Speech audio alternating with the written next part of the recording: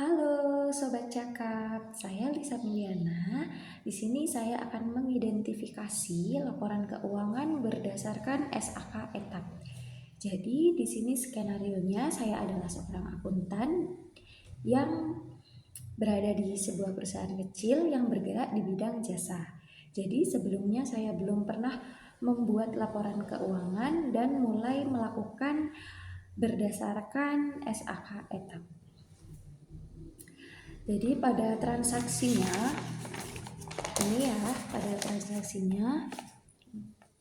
ini saldo awalnya 50 juta dan pembelian aset perusahaan seperti komputer 10 juta, penjualannya 15 juta, kami menerima penjualan 15 juta, lalu pembayaran gajinya sebesar 8 juta, pembelian perlengkapan kantor 1 juta, penerimaan piutangnya 5 juta, hutangnya 3 juta, dan penyusutan asetnya sebesar 500.000.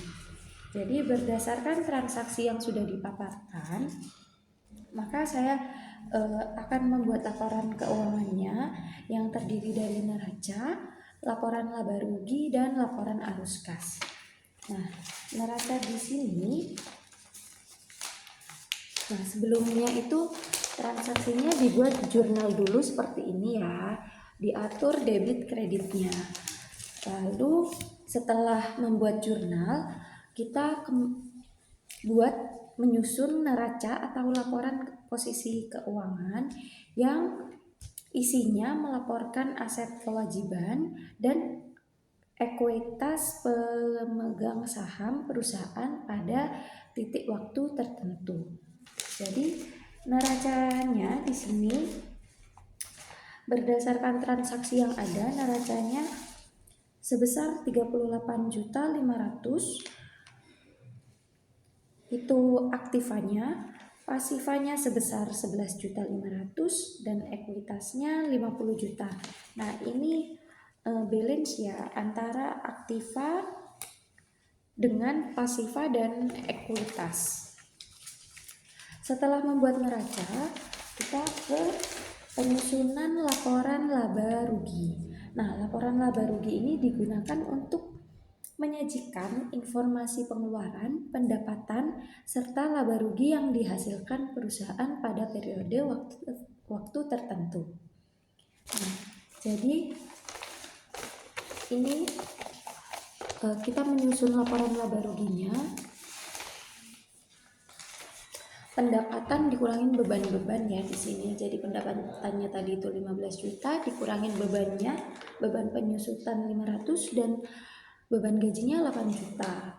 Jadi perusahaan masih menerima laba sebesar 6.500.000. Setelah laporan laba rugi, kita menyusun laporan arus kas. Nah, laporan arus kas di sini ini memberikan informasi keluar masuknya kas dalam suatu perusahaan yang disebabkan oleh adanya aktivitas operasi, investasi, dan pendanaan. Nah, jadi arus kas operasinya ini kita total ya. Arus kas operasinya itu pendapatan, penurunan piutang usaha, penurunan utang, dan beban gaji. Itu 9 juta. Arus kas investasinya itu pembelian asetnya dan perlengkapannya itu 11 juta. Lalu arus kas pendanaannya itu terdiri dari modalnya 50 juta. Jadi dari sini arus kas operasi dikurangin dari arus kas investasi yang telah dilakukan pembelanjaan, lalu ditambah dengan arus kas pendapatannya. Ini jadi totalnya 48 juta ya. Oke, sudah cukup itu yang bisa saya jelaskan. Kurang lebihnya saya mohon maaf. Terima kasih.